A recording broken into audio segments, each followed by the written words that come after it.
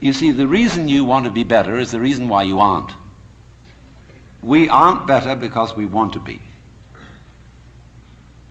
Because the road to hell is paved with good intentions. Because all the do-gooders in the world, whether they're doing good for others or doing it for themselves, are troublemakers. On the basis of kindly let me help you or you'll drown, said the monkey, putting the fish safely up a tree.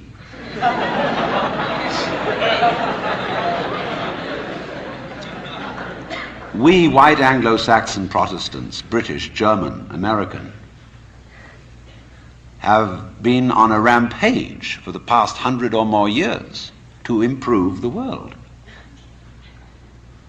We have given the benefits of our culture, our religion, our technology to everybody, except perhaps the Australian Aborigines.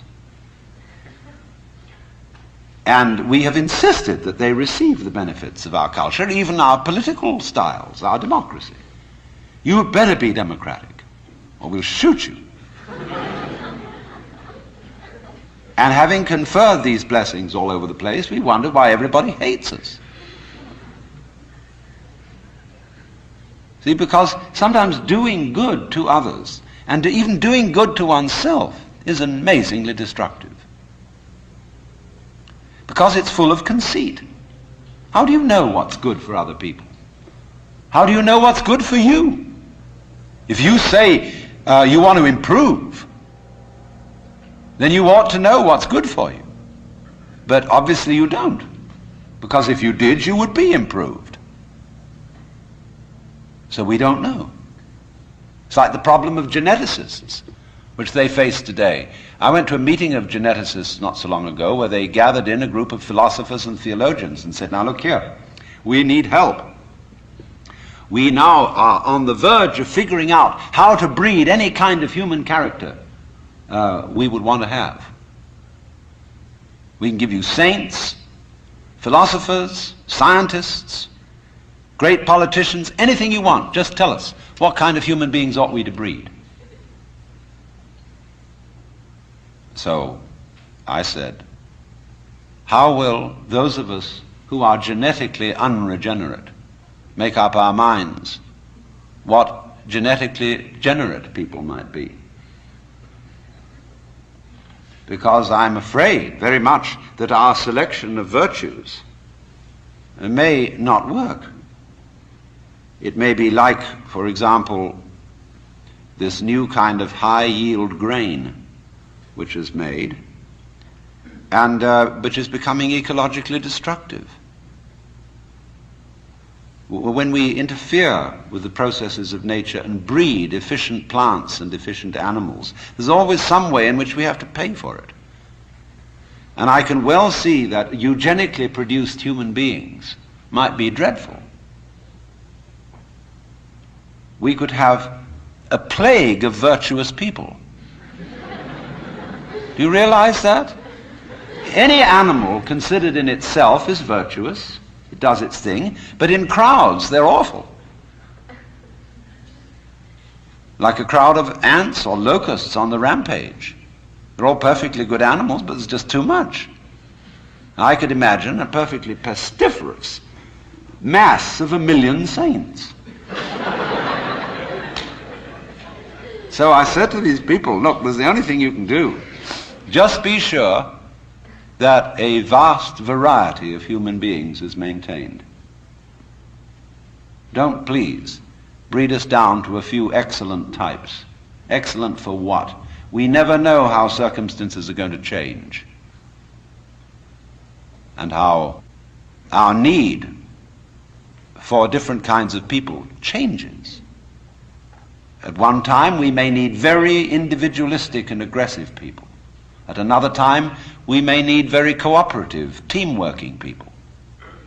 At another time, we may need people who are full of interest in dexterous manipulation of the external world. At another time, we may need people who explore into their own psychology and are introspective. There is no knowing. But the more varieties and the more skills we have, obviously, the better. So you see, here again, the problem comes out in genetics. we do not really know how to interfere with the way the world is. The way the world actually is an enormously complex, interrelated organism. The same problem arises in medicine because the body is a very complexly interrelated organism.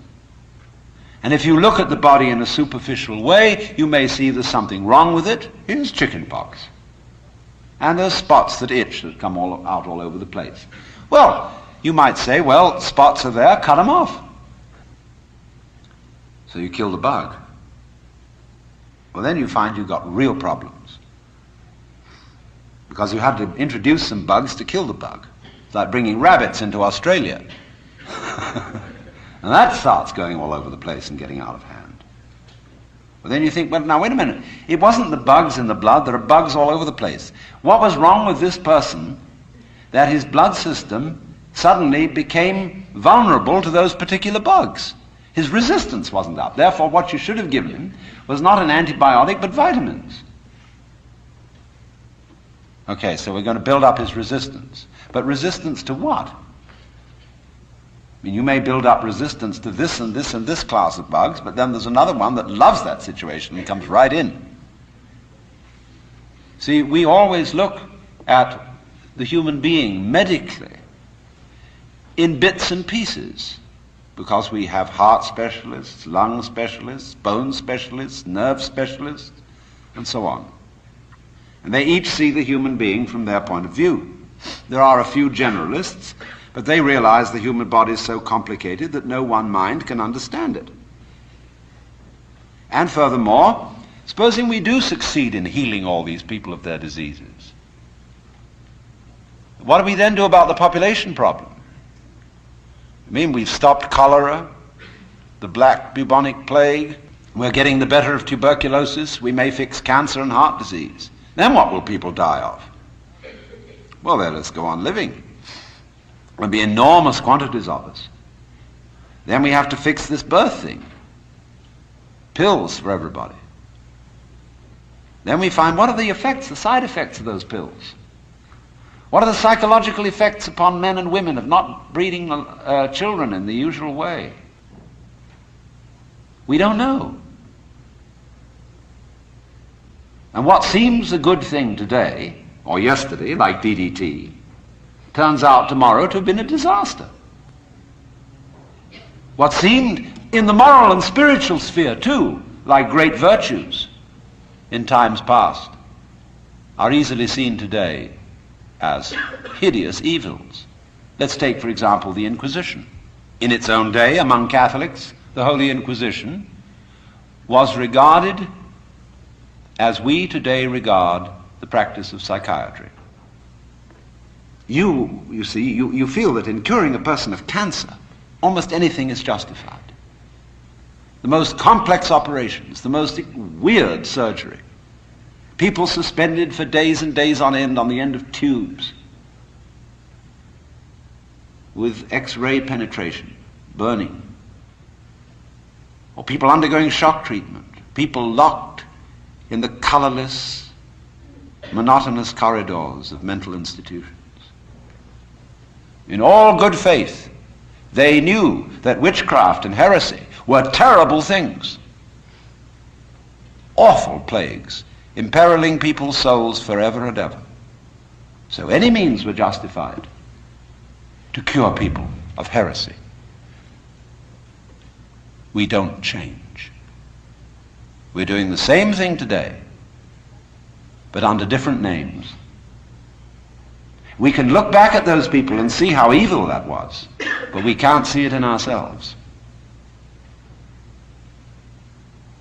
So therefore, beware of virtue.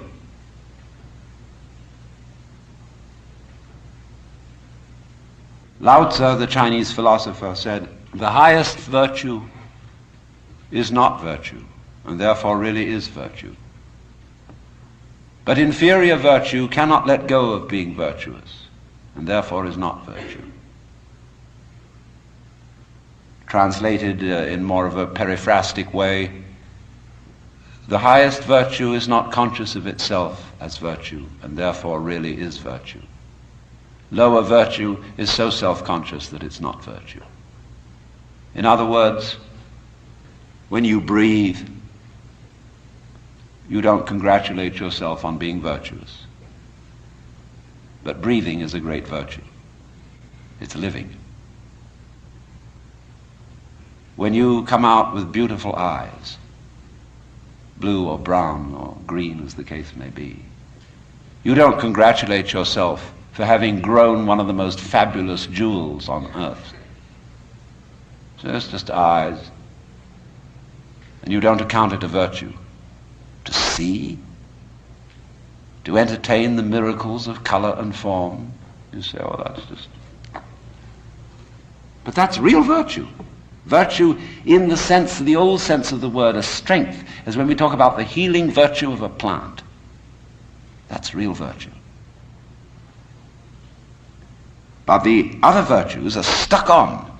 They're ersatz, they're imitation virtues. And they usually create trouble.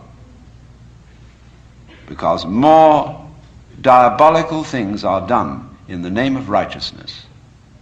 And be assured that everybody of whatever nationality or political frame of mind or religion always goes to war with a sense of complete rightness. The other side is the devil. Our opponents, whether in China or Russia or Vietnam, have the same feeling of righteousness about what they're doing as we have on our side. And a plague on both houses, because, as Confucius said, the goody-goodies are the thieves of virtue, which is the form of our own proverb, the road to hell is paved with good intentions.